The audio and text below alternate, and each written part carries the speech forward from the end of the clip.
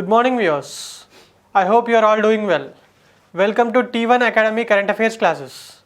ఈరోజు current affairs క్లాసెస్లో భాగంగా మనం ఈరోజు న్యూస్లో నిలిచిన కొన్ని ముఖ్యమైన అంశాల గురించి చర్చించుకుందాం. అవి ఏంటంటే సోలమన్ ఐలాండ్స్ ఇది ఆస్ట్రేలియా దగ్గర ఉన్న ఓషియానా రీజియన్లో ఉన్న ఒక స్మాల్ ఐలాండ్స్ అండి. ఇవి సోలమన్ ఐలాండ్స్. అవి న్యూస్లో ఉన్నాయి. అవి ఎందుకు న్యూస్లో ఉన్నాయి, దానికి సంబంధించిన విశేషాలు ఏంటో మనం ఈరోజు తెలుసుకుందాం. అలాగే తులిప్ ఫెస్టివల్, ఈ తులిప్ ఫెస్టివల్ అనేది న్యూస్లో ఉందండి. ఇది ఎక్కడ నిర్వహిస్తారు ప్రతి సంవత్సరం అనే దానికి సంబంధించిన విశేషాలు మనం తెలుసుకుందాం. అలాగే కంబాలా ఈవెంట్ కూడా మనకు తెలిసిన విషయమేనండి. తమిళనాడులో నిర్వహించే జల్లికట్టులాగా కంబాలాని కూడా ఒక స్టేట్లో నిర్వహిస్తూ ఉంటారు. అది కూడా న్యూస్లో ఉందండి. దానికి సంబంధించిన విశేషాలు, అది ఏ స్టేట్లో నిర్వహిస్తారనే విషయం మనం ఈరోజు తెలుసుకుందాం. అలాగే బెర్సమా షీల్డ్ 2022, ఈ బెర్సమా షీల్డ్ 2022 అనేది కూడా న్యూస్లో ఉందండి. అది ఏంటి, అది ఏ దేశాల మధ్య నిర్వహించబడుతుంది అనే విషయం మనం ఈరోజు తెలుసుకుందాం. అలాగే Suraksha Kavach 2 and wildlife bond first time ప్రపంచంలో మొట్టమొదటిసారిగా వైల్డ్ లైఫ్ బాండ్ ఇష్యూ చేయడం జరిగిందండి. అది ఎవరు ఇష్యూ చేశారు, ఏ దేశంలో ఇష్యూ చేశారు అనే సంగతి మనం ఈరోజు తెలుసుకుందాం. అలాగే ఈ అన్ని టాపిక్కి సంబంధించిన విషయాల మీద కొన్ని ఎంసీక్యూస్ కూడా మనము ఈరోజు డీల్ చేద్దామండి. Coming on to the first topic, that is Solomon islands. China security deals with Solomon islands. China వాళ్ళు సోలమన్ ఐలాండ్స్తో ఒక సెక్యూరిటీ డీల్స్ కుదుర్చుకున్నారండి. దానికి సంబంధించిన ఇన్ఫర్మేషన్, ఒక పేపర్స్ అనేటివి లీక్ అయ్యాయి. అది ఏంటి అనేది మనం ఇప్పుడు తెలుసుకుందాం. జనరల్గా సోలమన్ ఐలాండ్స్కి సంబంధించినంత వరకు అది ఆస్ట్రేలియాకు నార్థన్ పార్ట్లో దగ్గరలో ఉంటుందండి. ఒక చిన్న ఐలాండ్, 6 ఐలాండ్స్ కలిపి ఈ సోలమన్ ఐలాండ్స్ అనే ఒక దేశం ఫామ్ అయింది. అందువల్ల తనకు దగ్గరగా ఉన్న నేషన్ కాబట్టి ఆస్ట్రేలియా వాళ్ళు వీళ్ళకు ఆర్థిక సహాయం కానివ్వండి, సెక్యూరిటీస్కి సంబంధించిన సెక్యూరిటీ రిలేటెడ్ ఇష్యూస్ కానివ్వండి, అన్ని ఆస్ట్రేలియా దేశమే హెల్ప్ చేస్తూ ఉంటుంది. For the first time China వాళ్ళు ఇందులో ఎంటర్ అయ్యారండి. కోవిడ్-19 స్టార్ట్ అయిన సందర్భం నుంచి చైనాకు ఆస్ట్రేలియాకు మధ్యలో ఒక కోల్డ్ వార్ నడుస్తుందండి. సో ఎప్పుడైతే చైనా వాళ్ళు ఈ సోలమన్ ఐలాండ్స్లో విషయంలో ఎంటర్ అయ్యారో ఆస్ట్రేలియా వాళ్ళు దీనికి సంబంధించి అభ్యంతరం తెలపడం జరిగిందండి. మరి ఈ సోలమన్ ఐలాండ్స్ రియాక్షన్ ఏంటంటే, మేము మా సెక్యూరిటీ రిలేటెడ్ ఇష్యూస్ని ఒక చైనాతోనే కాకుండా వేరే అన్ని దేశాలతోనూ కూడా చేసుకుంటున్నాము అని చెప్పి వీళ్ళు స్టేట్మెంట్ రిలీజ్ చేయడం జరిగిందండి. ఒక్క ఆస్ట్రేలియాతోనే మేము ఇప్పటి వరకు ఒక ఆస్ట్రేలియాతోనే మా సెక్యూరిటీకి సంబంధించిన విషయాలు కానివ్వండి, మా ఎకనామిక్ రిలేటెడ్ థింగ్స్ కానివ్వండి, ఒక ఆస్ట్రేలియాతోనే లింకప్ పెట్టుకునే వాళ్ళము. But we're trying to diversify not only with China, ప్రపంచంలో ఉన్న అన్ని దేశాలతోని మేము దీనికి సంబంధించిన ఇష్యూస్లో కనెక్షన్స్ పెట్టుకుందాము అని అనుకుంటున్నామని చెప్పి వీరు తెలియజేశారండి. బట్ స్టిల్ ఆస్ట్రేలియా కానివ్వండి, న్యూజిలాండ్ కానివ్వండి, ఈ సెక్యూరిటీ కన్సర్న్స్ అనేవి వాళ్ళు వ్యక్తం చేయడం జరిగింది. ఎందుకంటే ఇప్పటి వరకు సోలమన్ ఐలాండ్స్కి సంబంధించి అన్ని రకాల ఇష్యూస్ ఆస్ట్రేలియా కానివ్వండి, న్యూజిలాండ్ లాంటి దేశాలు హెల్ప్ చేస్తూ వస్తున్నాయండి. బట్ ఎప్పుడైతే చైనా వాళ్ళు ఎంటర్ అయ్యారో Australia, New Zealand and it's western alloys వీళ్ళందరూ కూడా ఈ ఓషియానా రీజియన్లో సెక్యూరిటీకి సంబంధించిన థ్రెట్స్ ఎక్కడైనా ఎరైజ్ అవుతాయేమో అని చెప్పి వాళ్ళు భయాలు వ్యక్తం చేయడం జరిగిందండి. మరి అలాగే మనం ఈ సోలమన్ ఐలాండ్స్ గురించి కూడా కొంచెం తెలుసుకుందాం. అదేంటంటే, ఈ Solomon Islands is a country in the Oceania region. ఇందాకే చెప్పాను కదండి, ఇది ఓషియానా రీజియన్. ఆస్ట్రేలియా అనేది ఇలా ఉంటే ఒక కొనాక్లో ఇలా ఆస్ట్రేలియా ఉంటుందండి. ఆస్ట్రేలియా ఇలా ఉంటే ఈ ఏరియాని ఓషియానా రీజియన్స్ అంటారండి. ఆస్ట్రేలియా చుట్టుపక్కల రీజియన్స్ని ఓషియానా రీజియన్స్ అంటారు. ఇందులో నార్థన్ పార్ట్ ఆఫ్ ఆస్ట్రేలియాలో ఈ సోలమన్ ఐలాండ్స్ అనేది 6 స్మాల్ ఐలాండ్స్ కలిపి సోలమన్ ఐలాండ్స్ అనే ఒక దేశం ఫామ్ అయింది అండి. అందులో ఉన్న బిగ్గెస్ట్ ఐలాండ్లోని పార్టే ఈ క్యాపిటల్ హొనియారా అనేది వాళ్ళ క్యాపిటల్ సిటీ అండి. అలాగే వాళ్ళ ప్రైమ్ మినిస్టర్ ఎవరంటే మనస్సే సొగవారే అనే అతను వాళ్ళ ప్రైమ్ మినిస్టర్ అండి. ఇదండి సోలమన్ ఐలాండ్స్ సంబంధించిన విషయం. Coming on to the next topic, that is tulip festival. Srinagar, ఈ తులిప్స్ అనేటివి తులిప్ ఫెస్టివల్, తులిప్ పార్క్ అనేది ఒకటి ఉంటుందండి. ఇట్ ఈజ్ ఇలాగే ఉంటుంది, ఇదే అండి అక్కడ దానికి సంబంధించిన పిక్చర్. అండ్ దీనికి సంబంధించిన విశేషం ఏంటంటే, ఇది Asia's largest tulip garden is located in Srinagar అండి. శ్రీనగర్ దగ్గరలో దాల్ లేక్ పరిసర ప్రాంతాల్లో ఈ Asia's largest tulip garden is located. This garden houses to more than a million tulips. More than a million tulips అంటే మోర్ దెన్ 10 lakh తులిప్స్ ఈ గార్డెన్లో ఉండడం జరుగుతుందండి. దీన్ని మొట్టమొదటిసారిగా 2008లో కాంగ్రెస్ చీఫ్ మినిస్టర్ గులాం నబీ ఆజాద్ గారు ఉన్నప్పుడు స్టార్ట్ చేయడం జరిగిందండి. అప్పటి నుంచి కూడా ప్రతి సంవత్సరం ఈ తులిప్ ఫెస్టివల్ స్టార్ట్ అవ్వడంతోనే అక్కడ ఈ పర్యాటక టూరిజం సీజన్ అనేది జమ్మూ అండ్ కాశ్మీర్లో స్టార్ట్ అవ్వడం జరుగుతుందండి. ఈ ఫెస్టివల్కి ప్రతి year more than 10 lakhs of people, మన దేశస్తులు కానివ్వండి, విదేశీ పర్యాటకులు హాజరవడం జరుగుతుందండి. ఇది శ్రీనగర్లో టూరిజంకి సంబంధించి అతిపెద్ద ఫెస్టివల్ అండి. ఈ ఫెస్టివల్ స్టార్ట్ అయిన తర్వాతనే అక్కడ టూరిజం సెక్టర్ అనేది మళ్ళీ స్టార్ట్ అవ్వడం జరుగుతుందండి. Annually in the month of April the Jammu and Kashmir government organizes the Tulip Festival which kicks off the tourism season. Tourism season అనేది ఈ union territory, Jammu and Kashmir union టెరిటరీలో ఈ టూరిజం సీజన్ అనేది ఈ తులిప్ ఫెస్టివల్ ప్రారంభమైన తర్వాతనే రూపుదిద్దుకుంటుందండి. Every year tourism season kicks off after the starting of this tourism festival. మరి అలాగే మనం జమ్మూ అండ్ కాశ్మీర్ గురించి కూడా తెలుసుకుందామండి. జమ్మూ అండ్ కాశ్మీర్కి సంబంధించి ఇది ఒకప్పుడు స్టేట్గా ఉండేదండి. ఆర్టికల్ 370 అండ్ 35A రద్దు చేసిన తర్వాత దీని స్టేట్ హోదా కోల్పోవడం జరిగిందండి. ఇది ఇప్పుడు యూనియన్ టెరిటరీగా ఉంది. అండ్ దాని క్యాపిటల్స్ 2 ఉన్నాయండి, జమ్మూ కానివ్వండి, శ్రీనగర్ కానివ్వండి. ఇవి వింటర్ అండ్ సమ్మర్ క్యాపిటల్స్గా యూనియన్ టెరిటరీ ఉండడం జరిగిందండి. అలాగే జమ్మూ అండ్ కాశ్మీర్కి ఇప్పుడు సీఎం లేడండి, as it is not a state. దానికి లెఫ్టినెంట్ గవర్నర్ ఉన్నారు. దాని లెఫ్టినెంట్ గవర్నర్ ఎవరంటే మనోజ్ సిన్హా గారండి. మనోజ్ సిన్హా గారు దానికి లెఫ్టినెంట్ గవర్నర్గా బాధ్యతలు నిర్వహిస్తున్నారు. అలాగే ఇండియాలో ఉన్న highest peak K2 Godwin Austin అని అంటారంటే K2ని గాడ్విన్ ఆస్టిన్ అని అంటారు. అది కూడా జమ్మూ అండ్ కాశ్మీర్లోనే ఉండడం జరిగింది. అలాగే దీనికి సంబంధించిన టెంపుల్స్ కానివ్వండి, లాల్ చౌక్ కూడా జమ్మూ అండ్ కాశ్మీర్కి సంబంధించిన ఫేమస్ ప్లేస్ అండి. అలాగే మన మొఘల్ గార్డెన్స్ కూడా అక్కడే ఉన్నాయి. జహంగీర్ టైంలో ఇక్కడ కన్స్ట్రక్ట్ చేశారండి. అలాగే టూరిజం అట్రాక్షన్కి సంబంధించి టూరిస్టులు, దేశంలో చాలా విదేశీ టూరిస్టులు ఎక్కువగా జమ్మూ అండ్ కాశ్మీర్కి వెళ్తూ ఉంటారండి. అలాగే వైష్ణవీదేవి టెంపుల్ కూడా ఇక్కడే ఉండడం జరిగింది జమ్మూ అండ్ కాశ్మీర్లో. టోన్ అకాడమీ క్విజ్ కాంటెస్ట్ ఇవాల్టి మొదటి ప్రశ్న. Mesopotamian people call the Indus region as. మెసోపొటేమియా వాసులు సింధు ప్రాంతాన్ని ఈ కింద ఇవ్వబడిన వాటిల్లో దేనిగా పిలిచేవారు?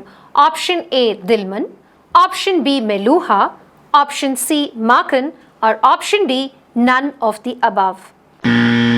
Coming on to the next topic, that is Kambala event.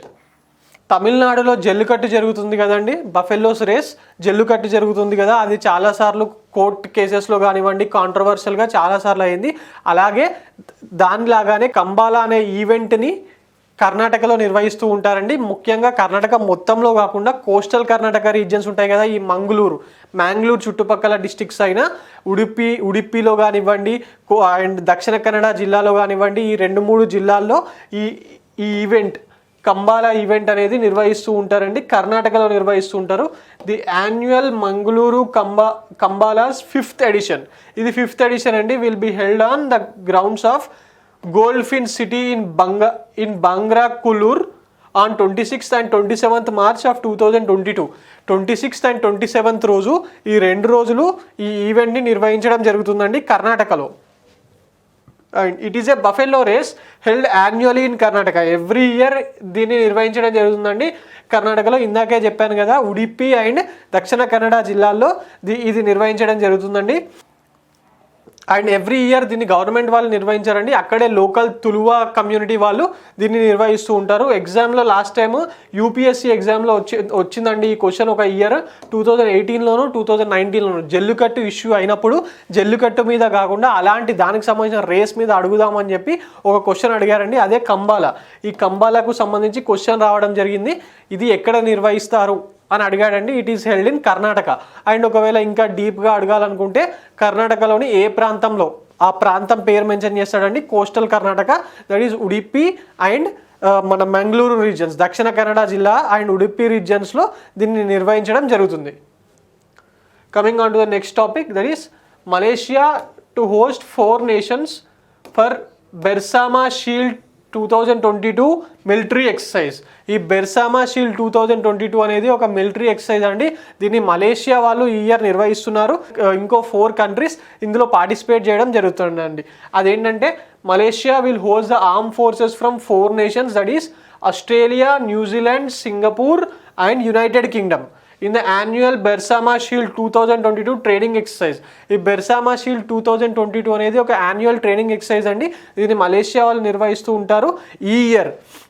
అందులో United Kingdom, Singapore, Australia and New Zealand వాళ్ళు పాల్గొనడం జరుగుతుందండి. This exercise is refer to as BS22. ఈ బెర్సామా షీల్డ్ 2022ని BS22 అని అంటూ ఉంటారండి. Is conducted with in the framework of the 5 power defence arrangement, FPDA ఒక అరేంజ్మెంట్లో భాగంగా దీన్ని నిర్వహించడం జరుగుతుందండి. This is FPDA is a series of bilateral and multilateral defence arrangement established in 1971. 1971లో ఎస్టాబ్లిష్ అయిన FPDAలో భాగంగా ఈ బెర్సామా షీల్డ్ 2022 అనేది నిర్వహించడం జరుగుతుందండి. బెర్సామా అంటే మలేషియన్ భాష అయిన మలయాలో టుగెదర్ అని అర్థం అండి. టుగెదర్, బెర్సామా అంటే టుగెదర్ అని అర్థము. This exercise will involve sea and air drills mostly in international waters but also in part of Malaysia's exclusive economic zone in South China Sea. ఈ బెర్సామా షీల్డ్ 2022లో భాగంగా మన air exercises and water, air and sea exercises జరుగుతున్నాయండి. Mostly international వాటర్స్లో నిర్వహిస్తారు. But కొన్ని exercises మాత్రం మలేషియాకి సంబంధించి సౌత్ చైనా సీలో ఉన్న ఎక్స్క్లూజివ్ ఎకనామిక్ జోన్లో కూడా నిర్వహించడం జరుగుతుంది. మరి మలేషియా వాళ్ళు దీన్ని నిర్వహిస్తున్నారు కాబట్టి మలేషియాకి సంబంధించిన విషయం కూడా మనం తెలుసుకుందామండి. మలేషియాస్ క్యాపిటల్ సిటీ ఏంటి? Kuala Lumpur. Malaysia's capital city is Kuala Lumpur అండి. వాళ్ళ కరెన్సీ రింగెట్, మలేషియన్ రింగెట్స్ అండి. అలాగే మలేషియన్ ప్రైమ్ మినిస్టర్ ఎవరంటే యాకూబ్ గారు అండి. Ismail Sabri Yaakob is the prime minister of Malaysia. Coming on to the next topic, Tone Academy quiz contest. ఇవాల్టి రెండో ప్రశ్న. Match the following discoveries with the right sides. కింద ఇవ్వబడిన డిస్కవరీస్ని అవి కనిపించిన చోట్లతో కరెక్ట్గా మ్యాచ్ చేయండి. Number 1, dockyard. Number 2, plowed fields. Number 3, the Great Bath. Number 4, 2 rows of 6 granaries. And the sites: A, Lothal, B, Mohenjo-daro, C, Harappa, and D, Kalibangan.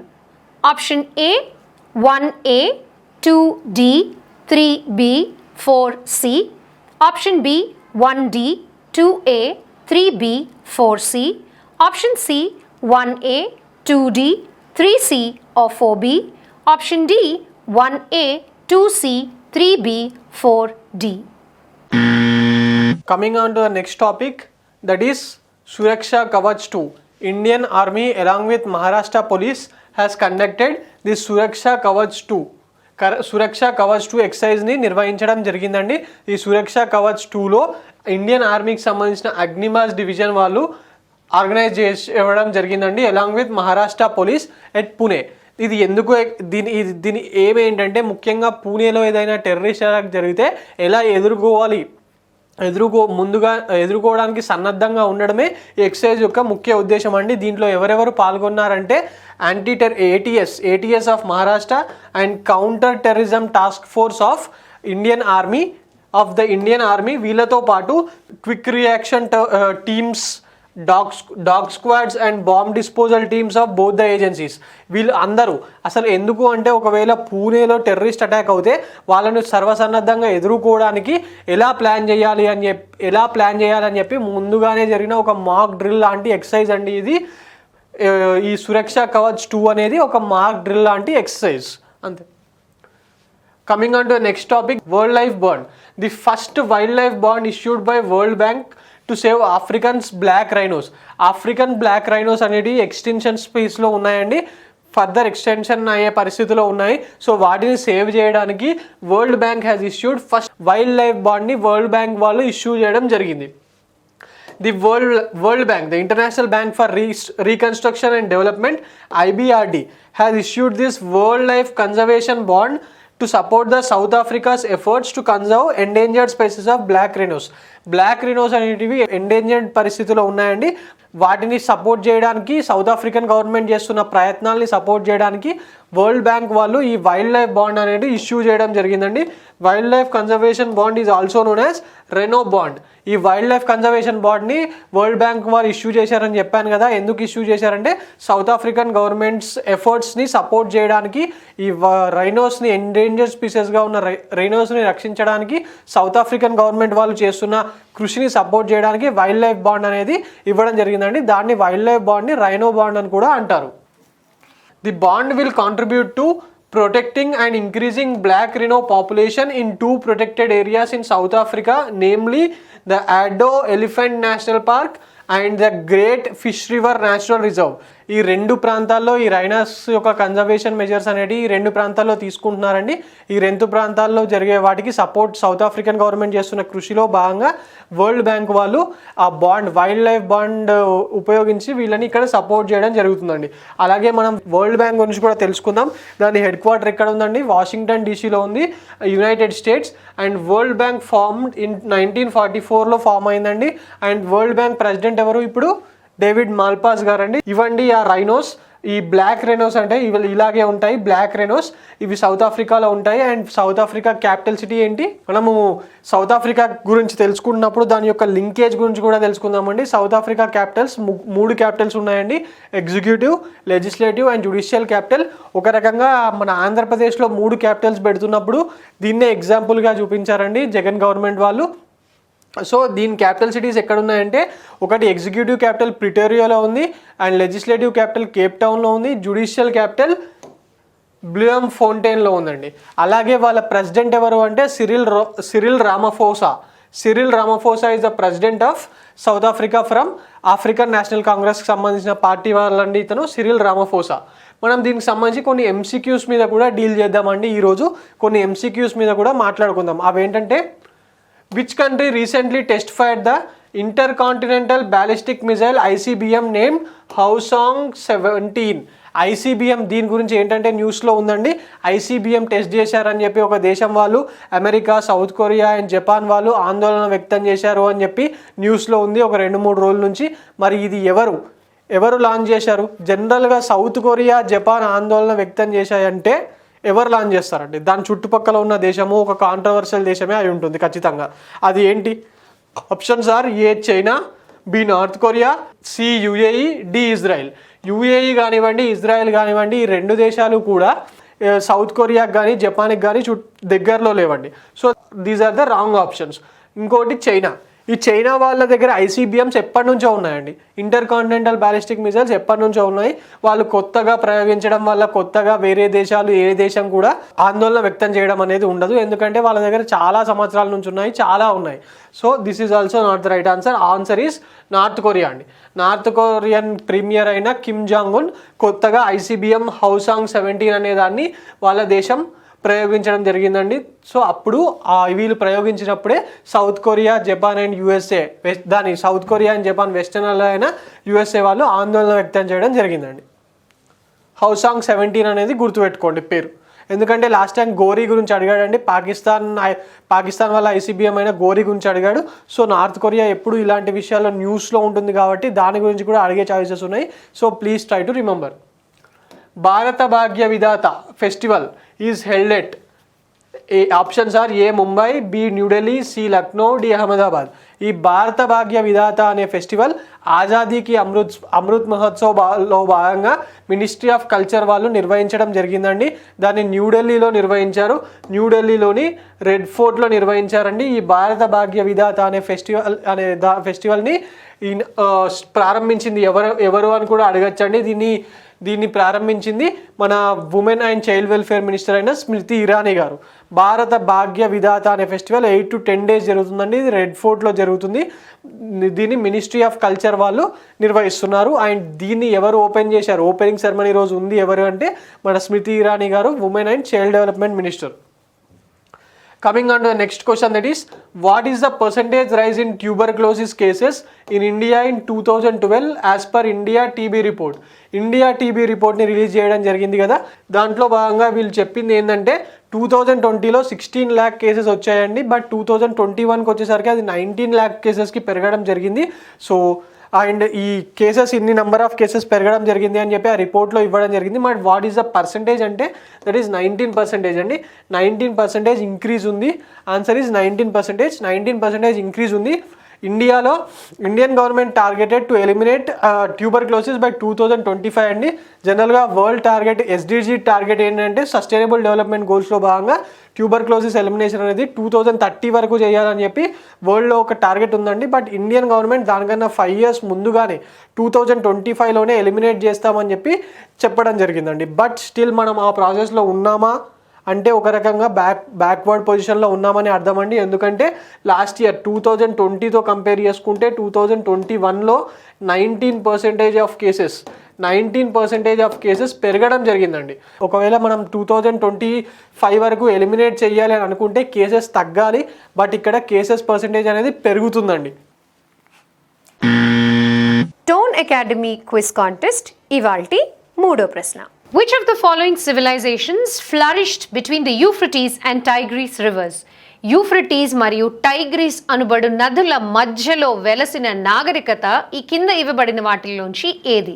Option A Harappan civilisation, option B Mesopotamian civilisation, option C Indus civilisation or option D Chinese civilisation. Coming on to the next question, that is Mario Marcel, who won the Governor of the Year award, was the governor of which country's central bank? మన రఘురామ్ రాజన్ గారు 2016లో మనకు గవర్నర్గా ఉన్నప్పుడు ఆయనకు కూడా ఈ award ఇవ్వడం జరిగిందండి.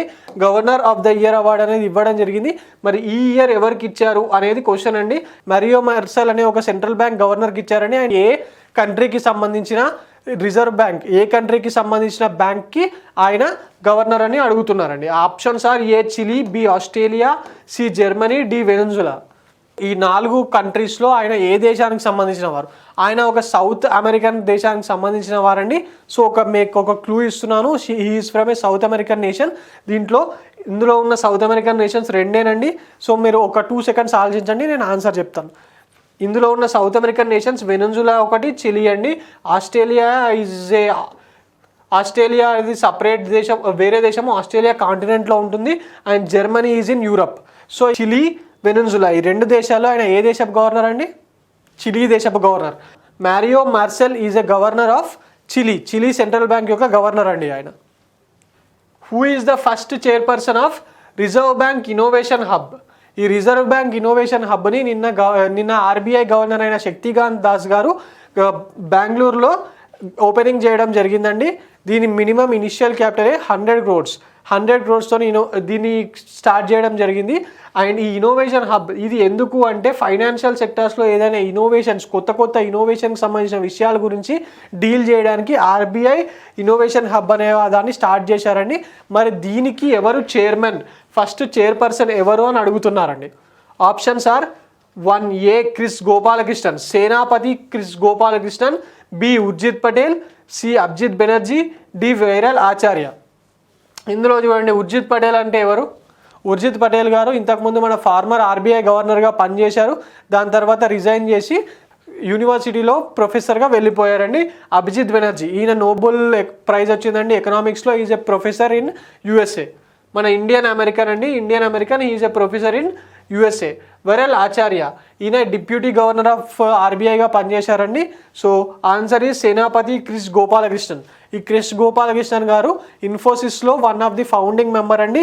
ఇతన్నే first chairperson of Reserve Bank Innovation హబ్గా ఆర్బీఐ వాళ్ళు నియమించడం జరిగింది.